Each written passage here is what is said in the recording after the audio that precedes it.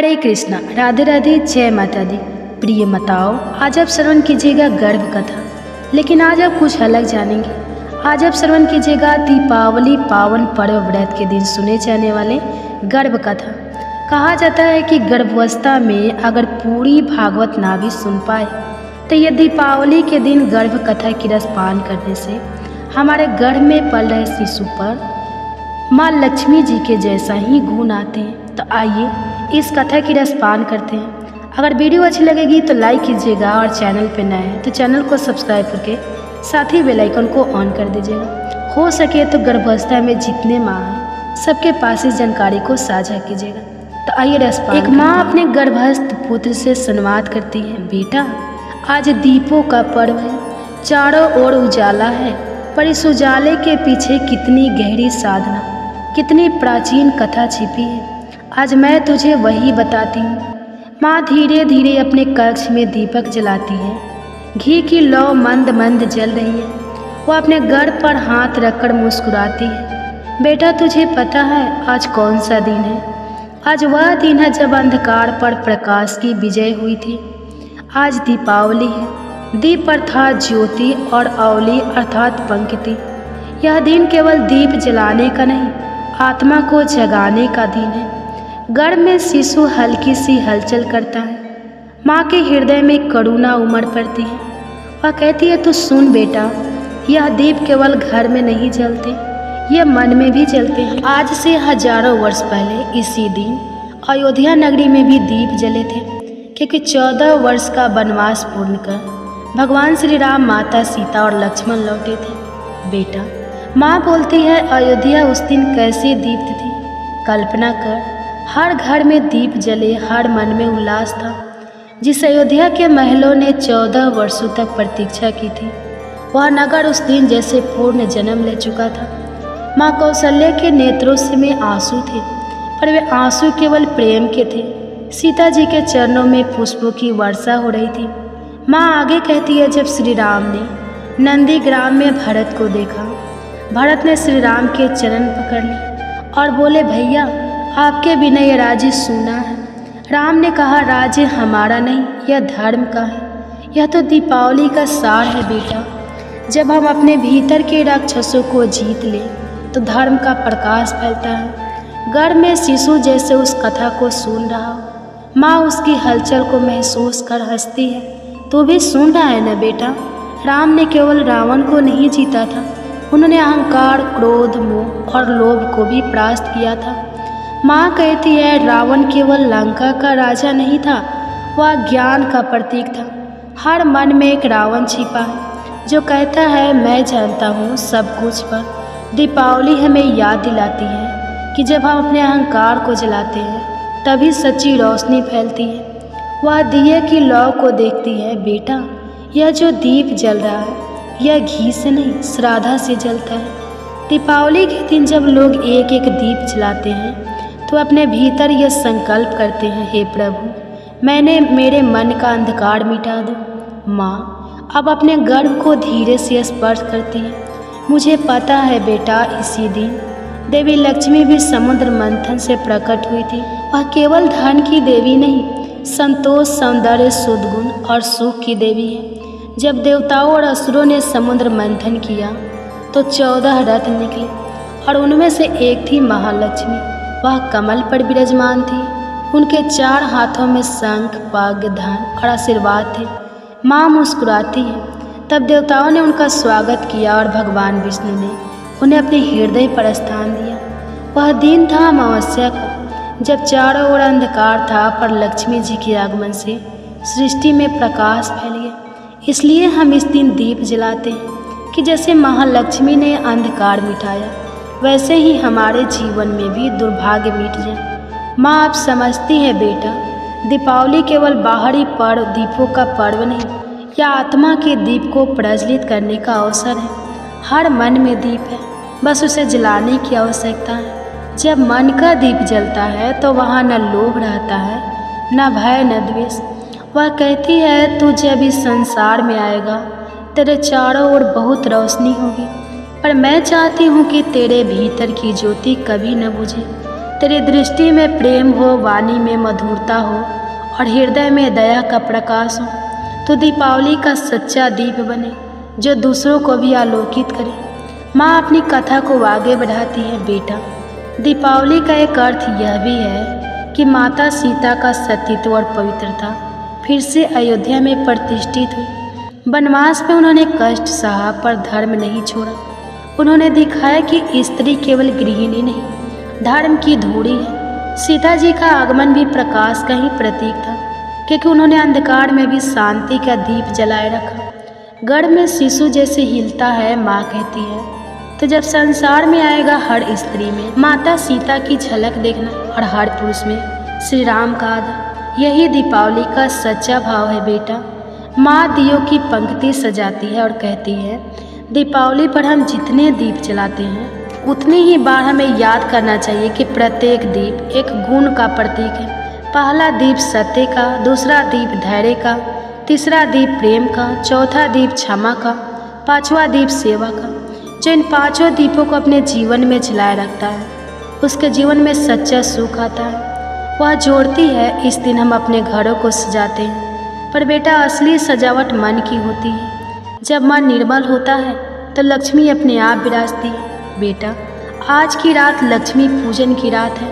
जो लोग लक्ष्मी जी से धन की प्रार्थना करते हैं, पर असली लक्ष्मी तो संतोष है।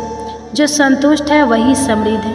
वह चाहे मिट्टी के घर में रहे या महलों में, यदि उसके भीतर प्रेम है तो वह लक्ष्मीवान है। माँ धीरे स्वर में मंत्र उच्चारण करती है, ओम श्री हरीम क्लीम महालक्ष्माय नमः। इस मंत्र में केवल शब्द ही नहीं, शक्ति है बेटा। जब कोई श्रद्धा से इसे जपे तो उसके मन में द्वार खुल जाते हैं और भीतर का अंधकार मिट जाता है। माँ कहती है, दीपावली हमें सिखाती है, जिसने दिया उसका आभार मानो, जिसने कष्ट दिया उसका भी धन्यवाद करो, क्योंकि उसी ने तुझे सिखाया कि सहनशीलता क्या होती है। हर दीपावली पर हमें स्मरण करना चाहिए कि जीवन में जो कुछ भी है वह ईश्वर की कृपा है। आजकल लोग दीपावली के केवल आतिशबाजी का पर्व मान लेते हैं, पर असली आनंद भीतर है बेटा। जब तू ध्यान करेगा, जब तू प्रार्थना करेगा, तब तू देखेगा कि तेरे भीतर ही लाखों दीपों का प्रकाश है।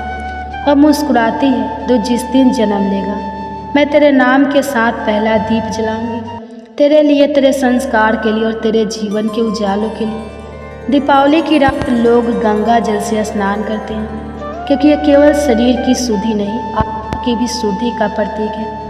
मैं भी हर वर्ष इस दिन और प्रार्थना करती हूँ कि मेरे बच्चे का जीवन भी गंगा की तरह निर्मल हो। बेटा एक दीप हम यमराज के नाम का भी जलाते हैं, जिसे हम दीप कहा जाता है। यह दीप घर के बाहर दक्षिण दिशा में रखा जाता है ताकि मृत्यु का भय दूर हो और जीवन में आयु, आरोग्य और सुख बना रहे। यह हमें याद दिलाता है कि मृत्यु भी एक सत्य है, पर जो धर्म पूर्वक जिए उससे मृत्यु भी स्पर्श। माँ आगे कहती है, दीपावली यह भी सिखाती है कि जैसे दीपक अपने घी को जलाकर दूसरों को प्रकाश देता है, वैसे ही मनुष्य को भी अपने कर्मों से दूसरों के जीवन में उजाला फैलाना चाहिए। वह गदगद स्वर में कहती है, तू भी कर्मशील बनना बेटा, कभी किसी से ईर्ष्या मत करना, क्योंकि प्रकाश और अंधकार साथ नहीं रह सकते। रात गहराती है, बाहर पटाखों की गूंज है, पर भीतर माँ ध्यान में लीन हो। वह गर्भ पर हाथ रखकर कहती है, हे प्रभु, यह दीपावली मेरे बच्चे के जीवन में ऐसा प्रकाश भर दे जो कभी न बुझे। उसका हृदय श्री राम निर्मल, उसकी बुद्धि लक्ष्मण की तरह सजग और उसका कर्म हनुमान की तरह समर्पित। गर्भ में शिशु जैसे माँ की वाणी पर आनंदित हो रहा है। माँ को लगता है कि भीतर से कोई कह रहा हो, माँ मैं सुन रहा हूँ, मैं भी वही दीप बनूंगा जो हर अंधकार को मिटाएगा।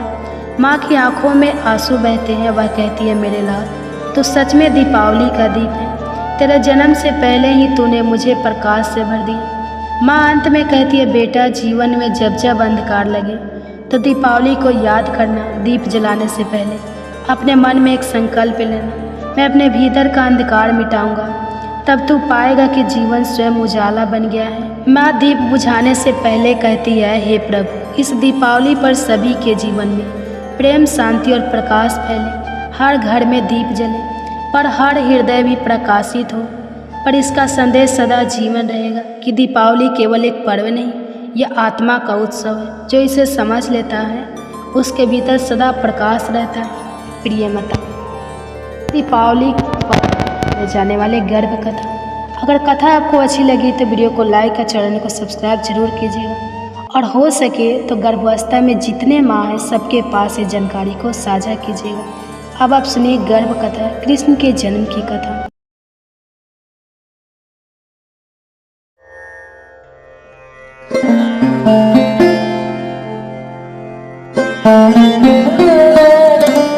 हरे कृष्णा, राधे राधे। आपका स्वागत है मेरे YouTube चैनल वंदना काव्य में। आप श्रवण कीजिए गर्भ कथा। अगर गर्भावस्था में पूरी भागवत ना भी सुन पाए तो ये गीता की कहानी की रसपान करने से श्री कृष्ण कहते हैं कि गर्भ में पल रहा शिशु पर भगवान के जैसे गुण आते हैं। तो आइए हम सभी माताएं मिलकर गर्भ गीता के संस्कार की कहानी 16 संस्कार की कथा की रसपान करते हैं जो स्वयं श्री कृष्ण ने बताया था। वीडियो को पूरा ध्यान से जरूर सुनिएगा, और वीडियो को लाइक करके चैनल पे नए तो चैनल को सब्सक्राइब कर लीजिएगा, और हो सके तो और भी माताएं के पास शेयर कीजिएगा, और कमेंट्स में राधे राधे जरूर लिखिएगा। माँ, तू जो इस क्षण ध्यान में बैठी है, अपने भीतर की उस गढ़ कंपन को अनुभव कर रही है। वह कोई साधारण हलचल नहीं, वह एक दिव्य संकेत है। आज मैं तुझसे कोई याचना नहीं कर रहा, कोई आदेश नहीं दे रहा। मैं तुझसे एक शांत स्वस्थ संवाद आरंभ कर रहा हूँ। मैं श्री कृष्ण तुझसे उस यात्रा की बात करने आया हूँ जो हर उस स्त्री के भीतर आरंभ होती है, जो केवल एक जीवन नहीं, एक युग को धारण करने का संकल्प लेती है। यह वार्ता एक शिक्षा नहीं, एक स्मृति है, तेरे भीतर की, मेरे भीतर की, और उस शक्ति की जो तेरे गर्भ में आकर लेने वाली है। आज मैं तुझे उन 16 दिव्य संस्कारों की अमृत धारा में प्रवेश कराऊंगा जो गर्भ धारण से पूर्व गर्भ काल के प्रत्येक क्षण को ईश्वर की ऊर्जा से परिपूर्ण करते हैं। यह संस्कार केवल क्रियाएं नहीं है, यह तो चेतना के वो सोपान है जिन पर चढ़कर आत्मा स्वयं को धरती पर लाने का साहस करती है। और इन सोपानों को आलोकित करने का अधिकार केवल और केवल माँ के पास होता है। तू हे माँ वह पात्र है जो इन सभी 16 दीपों को प्रज्वलित कर सकती है। यदि तू मौन होकर श्रद्धा से स्वयं को इस यात्रा के लिए समर्पित कर सके तो आज हम इस दिव्य क्रम की प्रथम सीढ़ी पर पांव रखते हैं, जिसे कहते हैं आमंत्रण। आमंत्रण संस्कार यह कोई शब्द नहीं, यह कोई बोल नहीं, यह कोई मंत्र नहीं, यह वह मौन ध्वनि है जो तब गूंजती है जब माँ की चेतना स्वयं प्रभु को आमंत्रण देती है। यह वह आंतरिक उद्देश्य है जो देह से नहीं, मन से नहीं, अपितु आत्मा से निकलता है। जहाँ स्त्री कहती है, अब मैं केवल स्त्री नहीं, अब मैं एक धाम बन रही हूँ, उस चेतना के आगमन के लिए जो जगत को दिशा देगी। हे माँ, आमंत्रण केवल गर्भधारण का निर्णय नहीं है, यह वह गहन क्षण है जब तू अपने भीतर समस्त सयो भय अपेक्षा और योजनाओं को विसर्जित करके खाली हो जाती है। प्रिय माताएं, हमें उम्मीद है कि अभी तक आपने इस कथा की रसपान कर रहे हैं, तो प्लीज़ जल्दी से चैनल को सब्सक्राइब कर दीजिए और कमेंट्स में राधे राधे लिखिए। इसके बाद आगे की कथा रसपान कीजिए। ईश्वर की योजना के लिए जब कोई स्त्री कहती है, अब मेरा जीवन मेरी आकांक्षाओं के अनुसार नहीं, ईश्वर की इच्छा के अनुसार प्रभावित होगा, तब वह आमंत्रण संस्कार की प्रथम सीढ़ी पर कदम रखती है। यह संस्कार तुझसे कुछ प्राप्त नहीं करता, यह तुझे बदलता है। जब तू आकाश की ओर देखती है और मन में कहती है, जिस चेतना को ईश्वर भेजेगा मैं उसे उसका घर बनकर स्वीकार करूँगी, तब यह संसार उस मौन को सुनता है। आकाश की सूक्ष्म तरंगे, पवन की लहरें और दिशाएं उस मौन को पहचानती हैं, और वहीं से प्रारंभ होता है कि बीज का उतरण। यह बीज कोई अंग नहीं, कोई लिंग नहीं, कोई नाम नहीं, यह एक चेतना है, और यह चेतना केवल वहाँ उतरती है जहाँ उसे अपेक्षा नहीं, स्वीकृति मिले। हे माँ, आमंत्रण संस्कार वह नहीं जो शब्दों से बोला जाए, यह वह है जो तेरे संकल्पों से झड़ता है। यह तब घटता है जब तू अपनी दिनचर्या में, अपनी सोच में, अपने व्यवहार में उस चेतना के स्वागत के लिए स्थान बनाती है। तो भोजन बनाते समय, ध्यान करते समय और संसार से संवाद करते समय उस मौन भाव से जुड़ने लगती है जो कहता है अब मैं अकेली नहीं हूँ, अब मैं एक युग के स्वागत की भूमिका में हूँ। माँ, जो चेतना आने वाली है वह तेरे भीतर उस दिन नहीं आती जब चिकित्सक गर्भ की पुष्टि करता है, वह उस दिन आती है जब तू अंतर्यामी से यह कहती है, हे प्रभु, अब मेरा जीवन केवल मेरा नहीं, अब मेरे विचार, मेरी ऊर्जा, मेरी श्वासें भी किसी अन्य के स्वागत की भूमि बन रही है। और वही है आमंत्रण संस्कार। यह संस्कार तभी होता है जब तू किसी दीपक को जलाकर मौन में बैठती है और कहती है, हे माधव, जो भेजा जाए वह तेरा अंश होगा, वह जैसा भी हो वह मेरा नहीं तेरा होगा और मैं उसे वैसा ही स्वीकार करूँगी। वह दीपक, वह मौन, वह भावना ही उस चेतना को आकर्षित करती है। आमंत्रण का अर्थ है अपना भीतर खाली करना, अपनी आकांक्षाएं, अपने पूर्व निर्धारित विचार, अपने सामाजिक भय सब हटाकर एक शुद्ध निष्कलंक स्थान बनाना। और वही स्थान वह धाम बनता है जहाँ ब्रह्मांड की ऊर्जा अवतरित होती है। जब तू कहती है मैं नहीं जानती कौन आएगा, लेकिन मैं उसे प्रभु की योजना मानकर अपनाऊंगी, तब तू केवल एक माँ नहीं रहती, तो ईश्वर की साधना बन जाती है। और यह साधना तब तक सफल नहीं होती जब तक आमंत्रण का दीप प्रज्वलित ना हो। तो हे माँ, यदि तू इस मौन भावना से अपने जीवन को समर्पित करने को तैयार है, यदि तू कह सकती है अब यह जीवन, यह देह, यह विचार किसी और के स्वागत हेतु समर्पित है, तो जान ले आमंत्रण संस्कार पूर्ण हुआ और अब तू उस स्थिति में है जहाँ अगला संस्कार तुझे अगले द्वार तक ले जाएगा। द्वितीय संस्कार सत्वना संस्कार। हे माँ, आमंत्रण के क्षण में जब तूने उस चेतना को अपने भीतर स्वीकार किया, वह क्षण कोई साधारण आरंभ नहीं था, वह एक दीपक की लौ थी जो जितनी शांत दिखती है उतनी ही तेज भीतर की हवा को सहने का संकल्प रखती है। और यह केवल बाहर से नहीं जलती, यह भीतर भी तपाती है।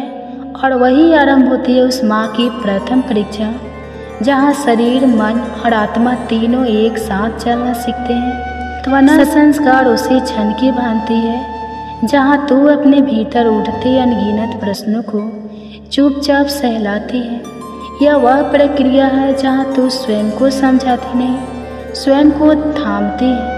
तेरे भीतर जब परिवर्तन की पहली लहर आती है, कभी थकावट के रूप में, कभी चिड़चिड़ाहट में, कभी निःशब्द अशांति में, तो यह कोई विकृति नहीं, यह तेरे भीतर उस चेतना के ठहरने का संकेत है।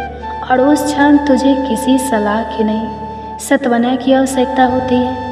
हे माँ, संसार तुझसे कहेगा कि यह साधारण बात है, परंतु मैं कहता हूँ यह कोई साधारण बात नहीं। जब कोई स्त्री अपने भीतर दो चेतनाओं का वहन करती है, एक स्वयं की, एक उस जो अदृश्य है, तब उसका मन एक तीव्र नदी बन जाता है और उस नदी को थामने के लिए कोई और नहीं, केवल तू ही पर्याप्त है। यही है सत्वना संस्कार, स्वयं को सुनना, स्वयं को समझना, स्वयं को गले लगाना। जब तू स्वयं से कहती है जो मैं अनुभव कर रही हूँ वह मेरी कमजोरी नहीं, वह मेरा विस्तार है, तब तेरे भीतर एक नई शक्ति जन्म लेती है। यह शक्ति तुझे किसी से दूर नहीं ले जाती, यह तुझे स्वयं की ओर निकट ले आती है। तू अपने भीतर की थकावट को सम्मान देती है, तू अपनी भावुकता को दोष नहीं देती, तू अपनी संवेदनशीलता को कमजोरी नहीं मानती, तब तू इस संस्कार को पूर्ण करती है। सत्वना संस्कार वह अंश है जो माँ को भीतर से परिपक्व करती है।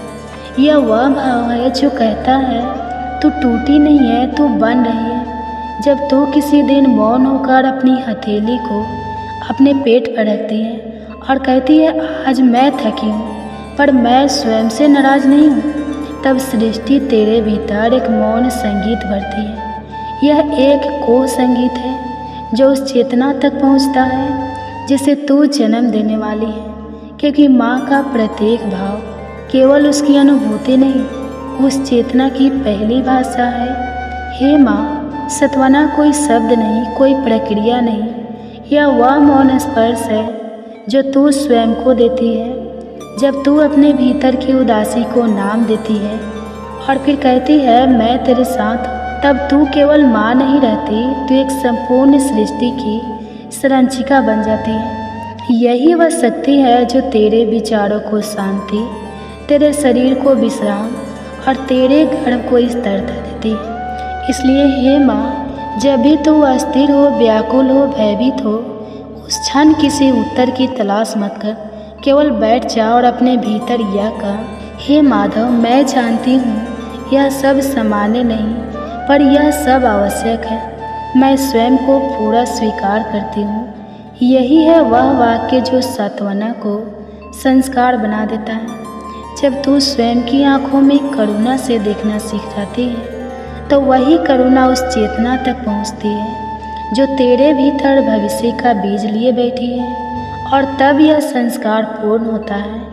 ना कोई श्लोक, ना कोई विधि, केवल तेरी आत्मा की मौन स्वीकृति, मैं ठीक हूँ। तृतीय संस्कार, संपन्न संस्कार। हे माँ, अब जबकि तू आमंत्रण दे चुकी है और अपने भीतर उठते भाव को सत्वना दे कोमलता से संभाल चुकी है, अगला चरण अपने आप सामने आता है। यह वह अवस्था है जहाँ तुझे केवल स्वीकार नहीं करना, अब पूर्ण संपन्न करना है। संपन्न कोई पराजय नहीं, यह वह शक्ति है जो संसार को जन्म देती है। यह वह बिंदु है जहाँ माँ केवल देह नहीं, स्वयं सृष्टि का केंद्र बन जाती है। हे माँ, संपन्न तब आरंभ होता है जब तू अपनी भूमिका को केवल माँ बनने तक सीमित नहीं रखती, बल्कि समझती है कि अब तू ईश्वर की योजना की वाहिका बन गई है। तू अब कोई भूमिका नहीं निभा रही, तू अब वह पात्र बन चुकी है जिसमें ब्रह्मांड ने अपना बीज रख छोड़ा, और इस बीज की रक्षा के लिए तुझे केवल त्याग नहीं, भीतर से नतमस्तक होना होगा। जब तू कहती है अब यह जीवन केवल मेरा नहीं, तब संपन्न का पहला दीपक प्रज्वलित होता है। जब तू अपनी इच्छाओं को, अपने सपनों को, अपनी प्राथमिकताओं को एक तरफ रखकर कहती है अब जो होगा वही होगा जो ईश्वर को उचित लगे, तब यह देह, यह विचार, यह अस्तित्व ईश्वर के मार्ग का माध्यम बन जाता है। गर्भावस्था में पूरी भागवत ना भी पढ़ पाए तभी श्री कृष्ण जन्म के समय की स्तुति शिशु को अवश्य सुनानी ही चाहिए। भागवत पुराण के 10वें संकट के दूसरे अध्याय में वह प्रसंग आता है कि किस प्रकार सारे देवों ने देवकी माँ के गर्भस्थ शिशु की स्तुति गाई और उनके स्वरूप का वर्णन किया। भगवान के सभी गुण, दिव्य गुणों को बता। यह गर्भ संस्कार में माना जाता है कि आप जैसा सोचते हैं, जैसे गुणों को चाहते हैं, आपकी संतान वैसे ही उन्हीं गुणों को लेकर जन्म लेती है। इसलिए इस समय नित्य भगवान का सही स्वरूप शिशु को सुनाना ही चाहिए, ताकि कलयुग में भी वह भगवान का परम प्रिय बन रहे। चलिए पाय स्तुति में देवता भी कहते हैं जो आपको पहचानता है उनकी रक्षा आप स्वयं करते हैं और उनको कोई भी बाधा नहीं रोक पाती। पुराणों में बताया गया माता देवकी और वासुदेव पूर्व जन्म में देवकी माता आदिति और राजा कश्यप थे। तब उन्होंने भगवान हरि की घोर तपस्या की। भक्तों का मान रखने के लिए दयालु परमेश्वर भगवान विष्णु ने उन्हें आशीर्वाद दिया कि वह उनके घर पर जरूर जन्म लेंगे। और देखिए वह समय आ गया, आज माँ देवकी की कोख में स्वयं भगवान परमेश्वर विराजित हैं। उनकी लीला को देखने के लिए सभी देवता उत्साहित और आनंदित हैं। गर्भ स्तुति भगवान श्री कृष्ण के जन्म से पूर्व देवताओं ने कारावास में आकर गाई थी। इस स्तुति को रोज ध्यान से सुनने से शिशु में भी भगवान जैसे ही गुण आते हैं। आइए श्रद्धा पूर्वक पाठ प्रारंभ करें। सर्वप्रथम परीक्षित जी भागवत पुराण के 25वें और 26वें श्लोक में कहते हैं, श्री हरि के लीला दर्शन हेतु भगवान शंकर, ब्रह्मा जी, नारद आदि ऋषि कंस के कैद खाने में वहाँ श्री हरि को देख इस प्रकार स्तुति करने लगे। आप सत्य संकल्प हैं, सत्य स्वरूप है, सृष्टि के पूर्व प्रलय के पश्चात तथा इस अदृश्यमान जगत की स्थिति में तीनों अवस्थाओं में सिर्फ आप ही सत्य हैं। पृथ्वी, जल, वायु और आकाश, ये 5 दृश्यमान शक्ति भी आपके ही रूप हैं। आप इस दृश्यमान जगत की शाश्वत, जो कभी नहीं मिटता, वह रूप है।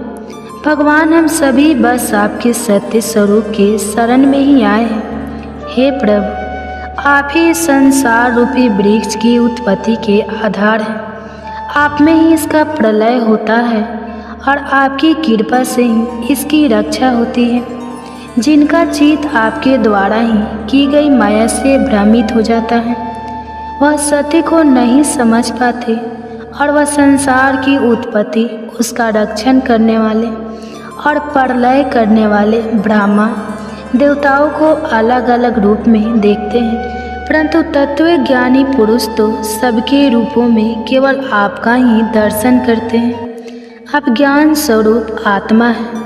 आप ही इस जगत के कल्याण के लिए अनेकों रूप धारण करते हैं। आप संत पुरुषों की रक्षा करने वाले, दुष्टों को उनकी दृष्टता का दंड देने वाले परम न्यायकारी हैं। हे कमल नयन, कुछ लोग ही आपके दर्शन कर पाते हैं। सृष्टि के समस्त पदार्थों और प्राणियों में आपके रूप में अपना चित्त लगा पाते हैं, अर्थात हर अच्छाई में आपको देख पाते हैं। ऐसे सत्पुरुष आपके चरण कमल रूपी जहाज का आश्रय लेकर इस संसार रूपी भव सागर को आसानी से पार कर पाते हैं। आज तक सभी ऋषि संतों ने इसी एकमात्र जहाज से संसार सागर को पार किया है। हे परम प्रकाश स्वरूप परमात्मा, आपके भक्त इस जगत में प्रेमी, सच्चे, द्विदेशी, दयावान और परोपकारी होते हैं। वे स्वयं तो इस भयंकर और कष्ट से भरे संसार रूपी भवसागर को पार करते हैं, अपितु औरों के कल्याण के लिए भी यहाँ आपके चरण कमलों की नौका स्थापित कर जाते हैं, अर्थात ऐसा ज्ञान दूसरों को भी देकर जाते हैं। वास्तव में ऐसे सत्पुरुष पर आपकी महान कृपा होती है। हे परम कृपालु, जो लोग आपके चरण कमलों की शरण नहीं लेते तथा आपके प्रति भक्ति भाव से रहित होने के कारण जिनकी बुद्धि भी शुद्ध नहीं है, परंतु वह अपने आप को झूठ मूठ मुक्त मानते हैं, ऐसे लोग यदि बड़ी बड़ी तपस्या और साधना भी कर ले, किसी प्रकार ऊंचे से ऊंचे पद पर भी पहुंच जाए, तो भी वह वहां से जल्द ही नीचे गिर जाते हैं। परंतु हे भगवान, जो आपके अपने प्रियजन हैं, जिन्होंने आपके चरणों में सच्ची प्रीति जो रखी है, वह कभी उन ज्ञान अभिमान की तरह अपने मार्ग से विचलित नहीं होते और परम लक्ष्य को पाते हैं। हे प्रभु, बड़े बड़े विघ्न डालने वालों की सेना के सरदारों के सर पर भी पांव रखकर निर्भय होकर गुजरते हैं। कोई भी विघ्न उनके मार्ग में रुकावट नहीं डाल सकता, क्योंकि उनके रक्षक आप जो होते हैं। हे प्रभु, आप ही संसार के समस्त बेहद धारी, परम कल्याण प्रदान करने वाले विशुद्ध सात्विक सच्चिदानंद मैं परम दिव्य मंगल रूप है। उस रूप से प्रकट होने से ही आपके भक्त वेद, कर्मकांड, अष्टांग योग, तपस्या और समाधि के द्वारा आपकी आराधना करते हैं। हे प्रभु, आप सबके धाता हैं। यदि आपका यह विशुद्ध स्वरूप ना हो तो अज्ञान और उसके द्वारा होने वाले दुष्प्रभाव को नष्ट करने वाली शक्ति किसी के भी पास नहीं होगी। वास्तव में जगत में दिखने वाले तीनों गुण सत्य, रज, तम आपके हैं और आपके द्वारा ही प्रकाशित होते हैं। यह सत्य है, परंतु इन गुणों के प्रकाश से भी आपके स्वरूप का केवल अनुमान ही होता है, आपके वास्तविक स्वरूप का साक्षात्कार नहीं होता। हे भगवान, मंत्र और वेद वाणी के द्वारा भी आपके स्वरूप को नहीं पहचाना जाता, क्योंकि उनके भी बस आप साक्षी हैं। इसलिए आपके गुण, जन्म और कर्म आदि के द्वारा आपको पहचाना नहीं जा सकता। फिर भी प्रभु आपके भक्तजन उपासना और ध्यान में आपका दर्शन पाते हैं। देखा गया है कि जो पुरुष आपको मंगलमय नामों और रूपों का श्रवण कीर्तन, आपके स्मरण और ध्यान करता है और आपके चरण कमलों की सेवा में ही अपना चित्त लगाए रहता है, उसे फिर जन्म मृत्यु संसार के चक्र में नहीं आना पड़ता।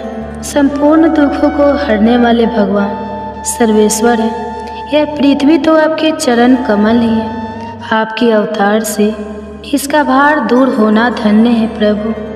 प्रभु, हमारे लिए बड़े सौभाग्य की बात है कि हम लोग आपकी सुंदर सुंदर चिन्हों से एक चरण कमलों के द्वारा विशुभूत पृथ्वी को देखेंगे और स्वर्ग लोक को भी आपकी कृपा से कृतार्थ करेंगे।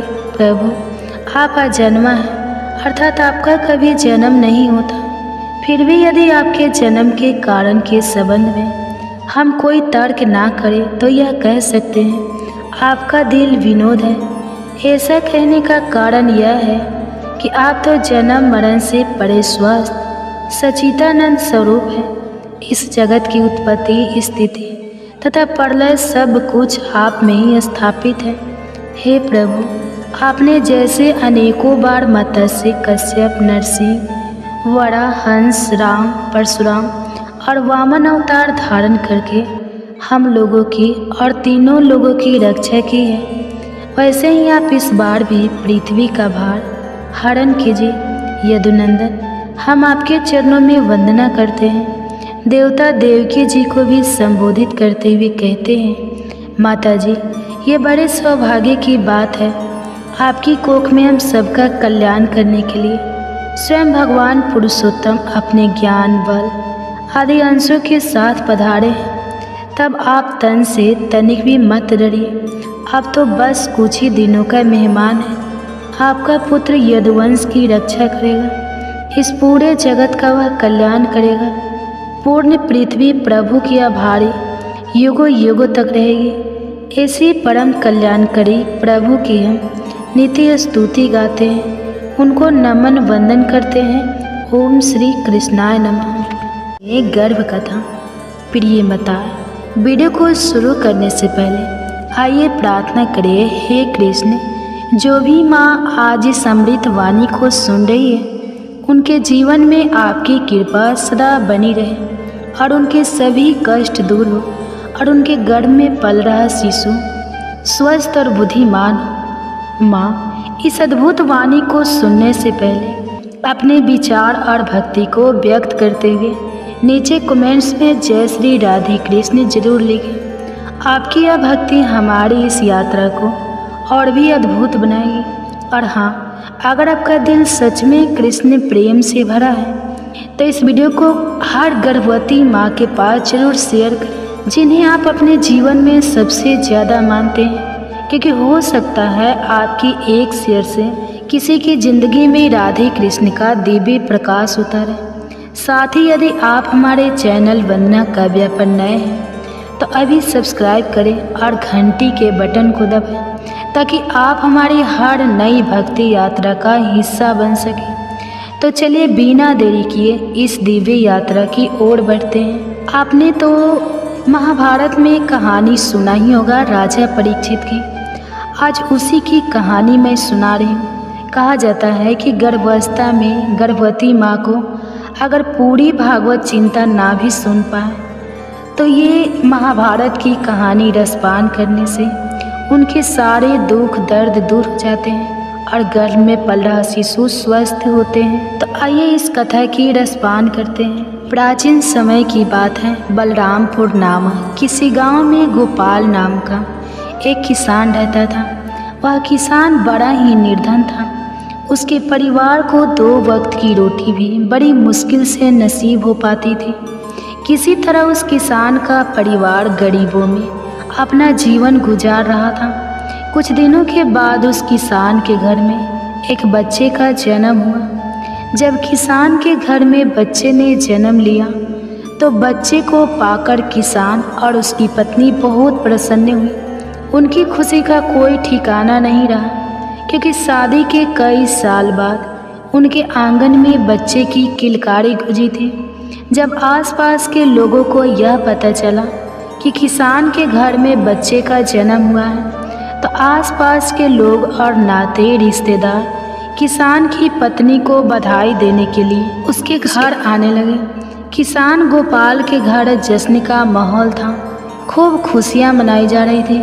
तभी क्या होता है कि उस किसान के घर एक बड़े ही सिद्ध महात्मा भिक्षा मांगने के लिए आते हैं और द्वार पर खड़े होकर भिक्षा के लिए आवाज़ लगाने लगते हैं। किसान के घर में आज बड़ा ही खुशी का दिन था, इसलिए उसने जब साधु महाराज को द्वार पर खड़ा हुआ देखा तो डांट तो किसान अपने घर से बाहर आया। बाहर आकर उन साधु महाराज से बोला, हे महात्मा, आज आप बड़े ही शुभ अवसर पर मेरे घर पर पधारे हैं। कृपया आप घर के अंदर चलिए, कुछ जलपान ग्रहण कीजिए और मेरे पुत्र को आशीर्वाद दीजिए। बहुत दिनों के बाद मेरे घर में एक संतान ने जन्म लिया है। जब इस प्रकार से वह किसान उन साधु महाराज से बार बार विनती करता है तो महात्मा जी माना नहीं कर पाते हैं और किसान के घर के अंदर आ जाते हैं। दोनों पति पत्नी बड़े ही श्रद्धा भाव से महात्मा जी को भोजन कराते हैं और भोजन उपरांत वह किसान साधु महाराज से कहता है, हे गुरुदेव, यह मेरा पुत्र है, कृपया इसे ऐसा आशीर्वाद दीजिए जिसे कभी भी इसके जीवन में कोई दुख तकलीफ ना आने पाए। साधु महाराज जैसे ही उस बच्चे को आशीर्वाद देने के लिए अपना हाथ उठाते हैं तो साधु महाराज की दृष्टि उस शिशु के हाथ पर पड़ती है। बच्चे के हाथ पर एक चिन्ह देखकर साधु महाराज कुछ सोचने लगते हैं। किसान ने जब साधु महाराज को विचार मग्न देखा तो साधु महाराज ने पूछा, हे प्रभु, क्या बात है? मेरे पुत्र को देखकर आप किस चिंता में पड़ गए? सब कुशल मंगल तो है ना? साधु महाराज बोले, बेटा, चिंता की कोई बात नहीं है, सब कुशल मंगल है। तुम्हारा पुत्र तो बड़ा ही किस्मत वाला है, क्योंकि तुम्हारे घर में जिस बच्चे ने जन्म लिया है और इसके हाथ पर जो चिन्ह बना हुआ है, यह इशारा करता है कि तुम्हारे पुत्र के भाग्य में राजयोग लिखा हुआ है और यह 16 वर्ष की अवस्था में ही एक नगर का राजा बन जाएगा। महात्मा की यह बात सुनकर किसान को भरोसा नहीं हुआ और बोला, महाराज, यह कैसे संभव है? किसी गरीब का पुत्र भला राजा कैसे बन सकता है? तो इस पर महात्मा जी उस किसान को समझाते हुए बोले, बेटा, ईश्वर की इस दुनिया में हर काम संभव है। इसने अपने पिछले जन्म में कोई ऐसा पुण्य कर्म किया है जिसके कारण इस जन्म में इस बालक को राजपाट नसीब होगा। आगे समझाते हुए वो महात्मा जी बोले, बेटा, जैसे ही तुम्हारे पुत्र की अवस्था 16 वर्ष की होगी तो इस नगर का जो राजा है उसकी इकलौती पुत्री से तुम्हारे पुत्र का विवाह होगा और विवाह के बाद राजा की धन दौलत और गद्दी पर तुम्हारे पुत्र का अधिकार हो जाएगा। यह सब बातें मैं तुम्हें ऐसे ही नहीं बता रहा हूँ, इस बच्चे की हाथों की लकीरें यह सब बता रही है। साधु महाराज की इन बातों को जब किसान और उनकी पत्नी ने सुना तो इन बातों को सुनकर उन्हें बड़ी खुशी होती है कि हमारे घर में किसी साधारण संतान ने नहीं बल्कि एक राजा ने जन्म लिया है। जब इस बात की खबर नगर वासियों को चलती है कि किसान का बेटा एक दिन इस नगर का राजा बनेगा तो दूर दूर से लोग उस किसान के पुत्र के दर्शन के लिए उसके घर आने लगते हैं। एक तरफ तो किसान के घर पर दूर दूर से लोग आ रहे थे, उधर जो उस नगर का राजा था जिसकी पुत्री के साथ में साधु ने विवाह की भविष्यवाणी की थी, वही राजा शिकार खेलने के लिए जंगल को जाता है। जंगल में जाकर वह अपना शिकार तलाश करने लगता है। तभी राजा की दृष्टि एक हिरन पर पड़ती है। हिरन देखकर राजा अपना घोड़ा उस हिरन के पीछे दौड़ा देता है और उस हिरन का पीछा करते हुए राजा बहुत दूर निकल जाता है। उसके साथ में जो सैनिक थे वह भी पीछे छूट जाते हैं। राजा काफ़ी देर तक उस हिरन का पीछा करता है, लेकिन वह उस हिरन का शिकार नहीं कर पाता है, क्योंकि घने जंगल होने के कारण हिरन राजा की नज़रों से ओझल हो जाता है। राजा को अपने शिकार का पीछा करते करते बहुत देर हो चुकी थी। इस कारण प्यास के मारे राजा का गला सूखने लगता है। पानी की तलाश में राजा ने चारों तरफ अपनी नज़र दौड़ाई, लेकिन आसपास उसे ऐसा कोई पानी का स्रोत नज़र नहीं आया जहां जाकर वह अपनी प्यास बुझा सके। पानी की तलाश में राजा जब कुछ और आगे बढ़ता है तो उसे एक गांव नज़र आता है। साथियों, यह वही गांव था जिस गांव में उस किसान के घर में एक बच्चे ने जन्म लिया था। जब राजा उस गांव के और नज़दीक पहुंचा तो उसे गांव के बाहर एक कुटिया नजर आई, जहां एक साधु महाराज कुटिया के बाहर ध्यान मग्न बैठे हुए थे। राजा महात्मा जी के पास में पहुंचा, महात्मा जी को प्रणाम किया और प्रणाम करके राजा बोला, हे महाराज, मुझे बहुत जोरों की प्यास लगी है। यदि कुछ जल मिल जाए तो आपकी बहुत मेहरबानी होगी। साधु बोले, राजन, आप थोड़ा इंतज़ार करिए, मैं अभी आपके लिए पानी लेकर आता हूँ। और इतना कहकर महात्मा जी कुटिया के अंदर चले गए। जब महात्मा जी थोड़ी देर में बाहर आए तो उनके हाथ में एक जल से भरा हुआ लोटा था। साधु महाराज ने जल से भरा हुआ लोटा राजा को पकड़ाया। राजा ने पानी पीकर अपनी प्यास बुझाई। पानी पीकर राजा जैसे ही चलने को हुआ तो उसकी दृष्टि उन लोगों पर पड़ गई जो इकट्ठे होकर किसान के घर उसके पुत्र का दर्शन करने के लिए जा रहे थे। दोस्तों, जब राजा ने बहुत से लोगों को जाते हुए देखा तो यह देखकर उसने उन महात्मा जी से पूछा, हे गुरुवर। राजा के पूछने पर साधु ने बताया, राजन, यह सब लोग इकट्ठे होकर उस किसान के घर जा रहे हैं जहाँ कुछ समय पहले एक बच्चे ने जन्म लिया है। जब राजा ने पूछा, महात्मा जी, उस बच्चे में ऐसी क्या खूबी है जो सभी लोग उस बच्चे के दर्शन को जा रहे हैं? तो इस पर महात्मा जी बोले, राजन, उस बच्चे के हाथ पर एक ऐसा नीला निशान बना हुआ है जिसका होना इस बात का संकेत है कि वह इस राज का राजा बनेगा।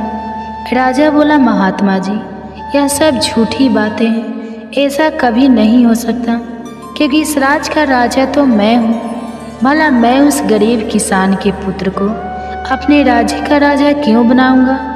साधु बोले, राजन, कोई इंसान ना तो किसी को राजा बना सकता है और ना ही रंक बना सकता है। बनाने वाला और बिगाड़ने वाला तो कोई और ही होता है।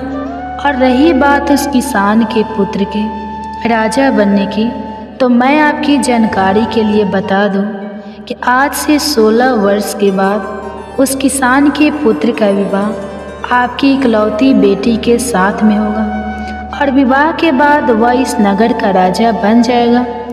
राजा ने कहा, महात्मा जी, कौन बेटी? किसकी बेटी? मेरे तो कोई औलाद ही नहीं है, फिर आपकी भविष्यवाणी कैसे सच साबित हो सकती है? साधु महात्मा बोले, राजन, आज से 1 वर्ष के बाद में आपकी रानी की कोख से एक कन्या जन्म लेगी। उसी कन्या के साथ में इस गरीब किसान के पुत्र का विवाह होगा और विवाह के उपरांत वह इस नगर का राजा बन जाएगा। माँ, साधु महाराज के मुख से जब राजा इन बातों को सुनता है तो इन बातों को सुनकर वह खुश होता है और दुखी भी होता है। खुश इसलिए होता है क्योंकि राजा की कोई संतान नहीं थी। जब उसे पता चलता है कि उसके घर में भी एक कन्या जन्म लेगी, वह भी एक बेटी का बाप बनेगा, तो यह जानकर राजा को बड़ी खुशी हुई। लेकिन उसके दुख का कारण यह था कि जैसा साधु महाराज ने बताया कि तुम्हारी पुत्री का विवाह गरीब किसान के बेटे से होगा, तो यह जानकर राजा दुखी हो जाता है और उसे गुस्सा भी आता है। राजा अपने मन में विचार करता है कि आखिर एक मामूली से किसान का बेटा मेरा दामाद कैसे बन सकता है? मैं कदापि ऐसा नहीं होने दूंगा। यह विचार कर राजा उन साधु महात्मा से कहता है, आपको क्या लगता है एक मामूली से किसान के बेटे के साथ मैं अपनी पुत्री का विवाह कर दूंगा। महात्मा ने कहा, राजन, जो उस बच्चे के भाग्य में लिखा हुआ है उसे कोई नहीं मिटा सकता, क्योंकि विधाता का लिखा तो पत्थर की लकीर होता है, कोई उसे छेड़छाड़ नहीं कर सकता। दोस्तों, उस राजा को अपनी ताकत पर बड़ा ही घमंड था।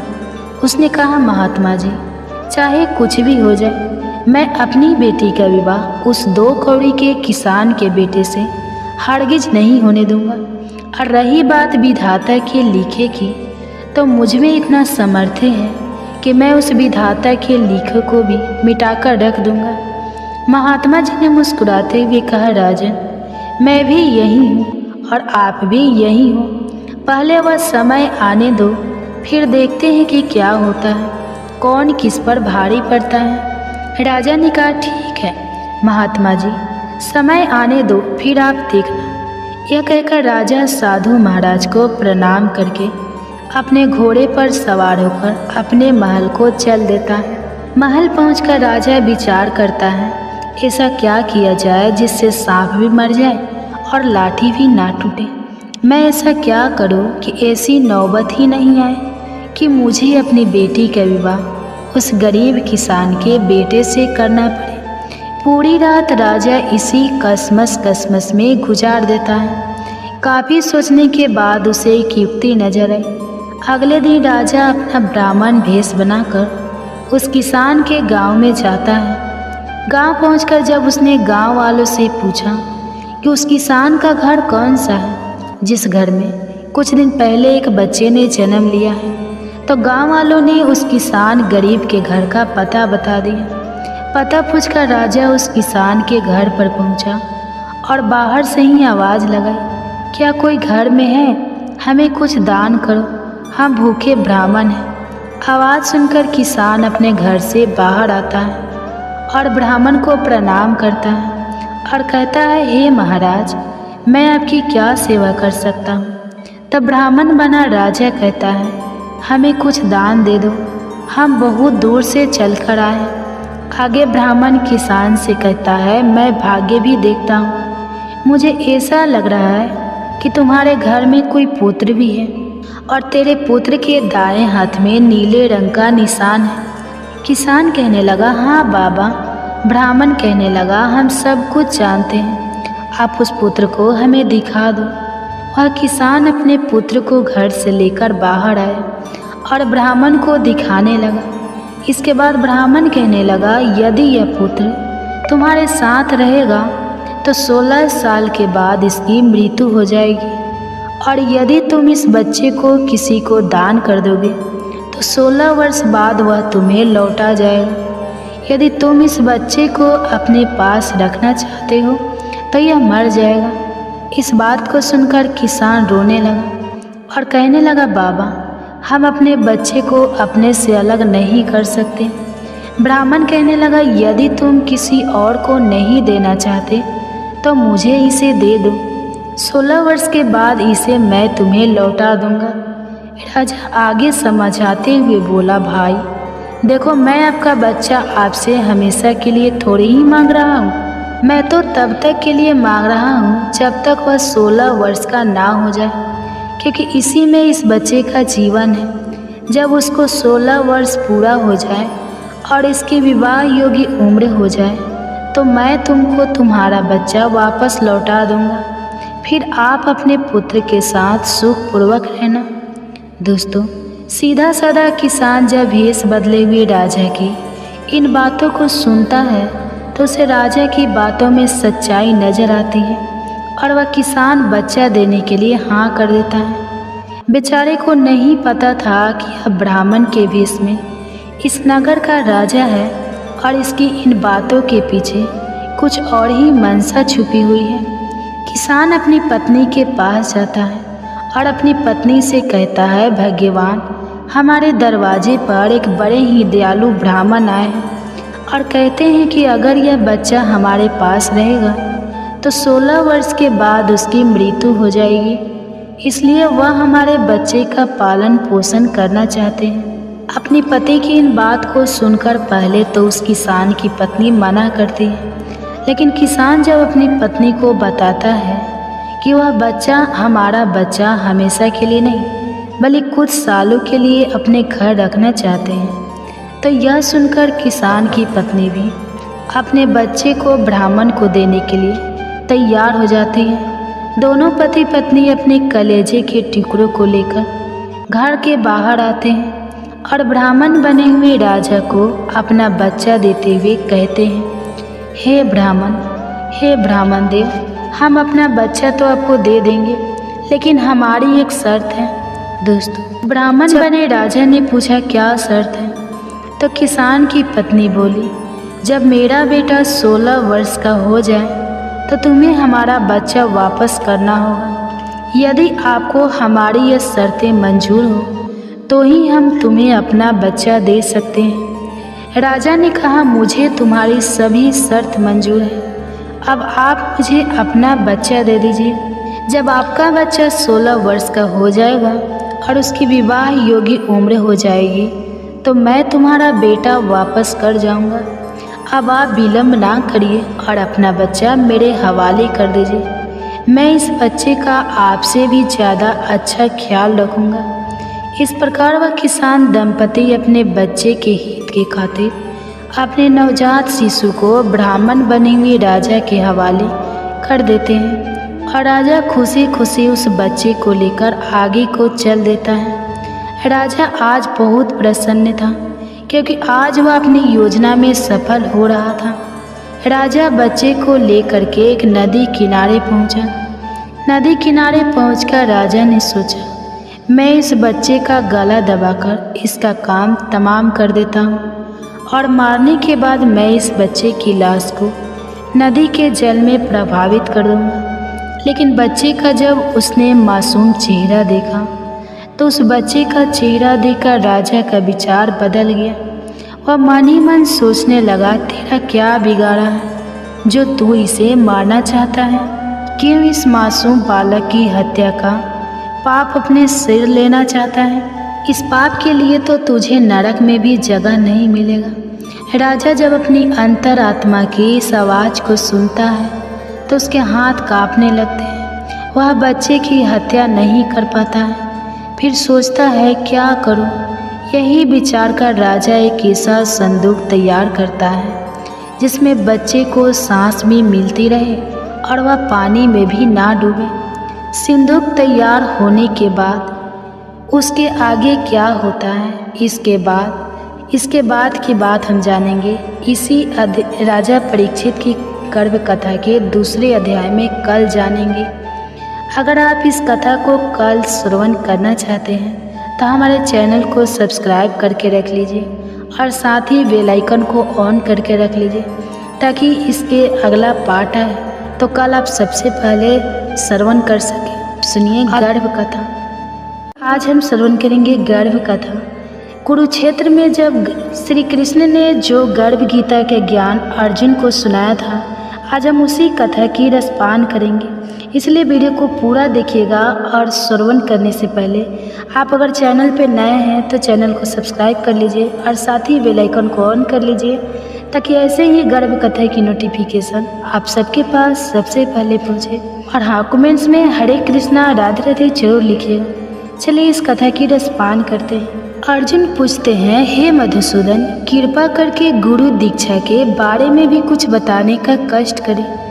मुझे गुरु की महिमा के बारे में भी बताइए। श्री भगवान ने कहा, हे धनुधारी, तुम्हारा यह प्रश्न संपूर्ण मानव जाति के लिए कल्याणकारी है। तुम धन्य हो और धन्य है तुम्हारी जननी। ब्रह्मचारी और संयमी पुरुष जो ईश्वर की भक्ति और परोपकार में लगा हो उसे ही अपना गुरु बनाना चाहिए। गुरु के माध्यम से ही ईश्वर की प्राप्ति हो सकती है, अन्यथा नहीं। इसलिए अपने गुरु की देख रेख में ही मेरी पूजा करनी चाहिए। गुरु का निरादर करने वाला मनुष्य कभी ईश्वर की प्राप्ति नहीं कर सकता तथा वह आजीवन मृत्यु लोक में भटकता रहता है। ऐसे व्यक्ति का तो मुख भी नहीं देखना चाहिए। गुरु की कृपा से विमुख प्राणी का मुख देखना भी पाप होता है। हे अर्जुन, सारे संसार के गुरु जगन्नाथ है, विद्या का गुरु काशी है, चारों वर्णों का गुरु ब्राह्मण है और ब्राह्मण का गुरु सन्यासी है। सन्यासी उसे कहते हैं जो सब कुछ त्याग कर मुझ में रम गया हो। वह ब्राह्मण ही जगत गुरु होता है। जो गुरु का भक्त है वह मेरा भक्त है। जो गृहस्थ गुरु से विमुख होता है वह पंडाल के समान होता है। जिस स्थान पर मदिरा का भान हो उस स्थान का गंगा जल भी अपवित्र हो जाता है। इसी तरह गुरु से विमुख व्यक्ति का भजन भी अपवित्र होता है। उसके सभी कार्य निष्फल हो जाते हैं। ऐसा व्यक्ति कुकुर, सुगर, गर्द, काक, कौवा जैसी योनियों को प्राप्त करता है। वह अजगर और सर्प के समान आलस्य में डूबा तिरस्कार पाता है।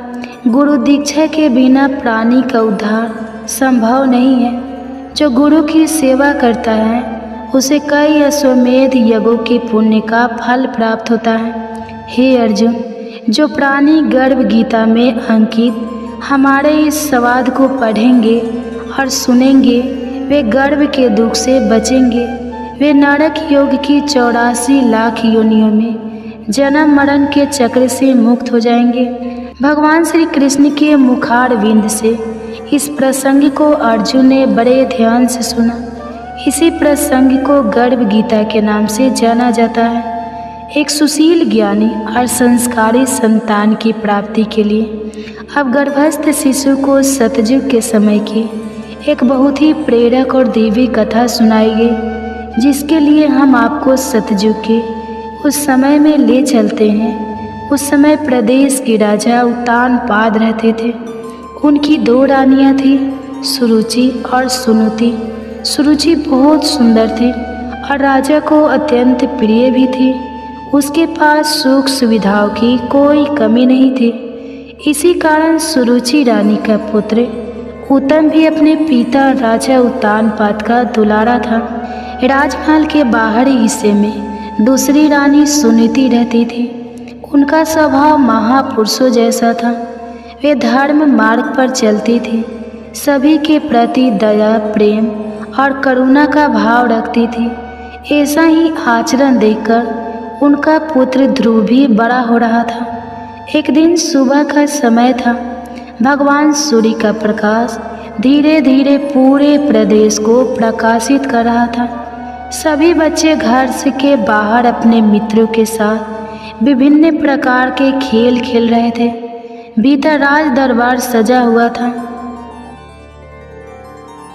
राजा उत्तानपाद अपनी प्रिय रानी सुरुचि के साथ सिंहासन पर बैठे थे। वे अपनी गोद में बैठे पुत्र उत्तम को दुलार रहे थे। उसी समय खेलते खेलते ध्रुव भी महल में प्रवेश करता है। पिता को देखकर उसका मन भी ललचाया। वह अपने पिता की गोद में बैठने और उनका प्यार पाने के लिए ललायित हो गया। वह भी अपने पिता के पास पहुंचा। उसने अपना हाथ राजा के पैरों पर रखा ही था और वहां बैठने का प्रयास कर ही रहा था कि रानी सुरुचि ने उसका हाथ जोर से झटक दिया। रानी बड़े क्रोध से बोली, तुम अपने पिता की गोद में बैठने लायक नहीं हो। तुम अभागे हो। तुम्हें पूरे जीवन पुण्य करने होंगे ताकि तुम अपना भाग्य बदल सको और मेरी कोख से जन्म लेने का सौभाग्य प्राप्त कर सको।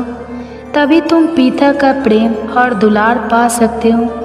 राजा उत्तानपाद को यह सुनकर थोड़ा बुरा लगा, पर वे अपनी प्रिय रानी के विरुद्ध जाने का साहस नहीं कर सके। ध्रुव नन्हा सा बालक अपनी सौतेली माँ की बातें ठीक से तो नहीं समझ पा रहा था, पर वह इतना समझ चुका था कि सबके सम्मुख उसका अपमान हो रहा था और उसमें उसके पिता भी उसका साथ नहीं दे रहे थे।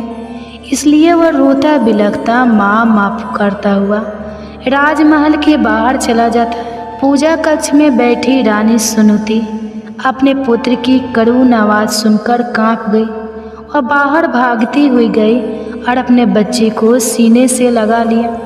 मन ही मन किसी अप्रिय घटना का सोचकर उनका हृदय भर आया। वह धीरे से ध्रुव से उसके दुख का कारण पूछती है, माँ पिताजी मुझसे बिल्कुल प्यार नहीं करते। वे मुझे अपनी गोद में भी नहीं बैठाते। वे सिर्फ उत्तम को प्यार करते हैं। माँ, ऐसा क्यों? माँ, मैंने क्या नुकसान किया है उनका? क्या मैं इतना बुरा हूँ? माँ, क्या मैं इतना बुरा हूँ? सुनीति कहती है, ऐसा नहीं कहते बेटा। सुनीति सब समझती थी, मगर फिर भी उस नन्हे से बालक को कैसे समझाए? क्या बताए कि क्यों उसके पिता ने उन्हें और ध्रुव को इस प्रकार का जीवन दिया है। सुनीति इस स्थिति को समझते हुए अपने बेटे से कहती है, मेरे बच्चे, तुम्हारे लिए पिता से श्रेष्ठ गोद और ऊंच सिंहासन सुरक्षित रखा गया है। तुम्हें संसार के सबसे बड़े राजा की गोद में बैठना है। इस तरह कहकर वे अपने मंदिर में विराजित भगवान नारायण की तस्वीर दिखाती हैं। इनकी गोद भगवान की गोद ध्रुव की आंखों में चमक थी, पर वह अभी सिर्फ 6 साल का नन्हा बालक था। वह माँ से उत्सुक स्वर में पूछता है, माँ, मैं उन तक कैसे पहुँचूँ? कैसे मैं उनकी गोद में बैठूँगा? माँ को भी अजाने कहाँ से हिम्मत आ रही थी। वह ध्रुव की सभी बातों का स्पष्ट उत्तर दे रही थी। वह कहती है, बेटा, उसके लिए कठिन तपस्या करनी होगी। एकांत में रहकर सिर्फ उनका नाम जपना होगा। बस फिर क्या था? ध्रुव तुरंत माँ की गोद से उतरा। अपनी माँ के चरण स्पर्श करके कहता है, माँ, मैं आज से ही अपनी तपस्या शुरू करूँगा।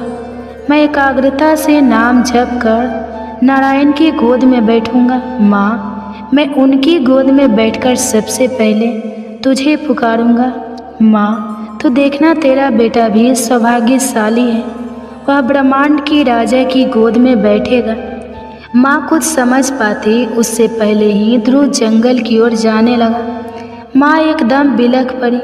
भागते हुए ध्रुव के रास्ते में आकर खड़ी हो गई। जिस नन्हे से बच्चे ने राजमहल के बाहर आज तक कदम भी नहीं रखा था, वह जंगल अकेला कैसे जाएगा? क्या यह भी कोई उम्र है उसके जंगल जाने की? रानी फूट फूट कर रोने लगी, पर ध्रुव नहीं रुका। अपनी माँ को समझाते हुए कहता है, माँ, नारायण को पाना आसान नहीं है। तपस्या तो करनी होगी। तेरा बेटा करेगा। माँ, वह भी सौभाग्यशाली बनेगा। माँ रोई जा रही थी और वह आगे बढ़ता जा रहा था। धीरे धीरे सांझ होने लगी। रात की अंधेरी छा रही थी। ध्रुव का मन भी डर रहा था।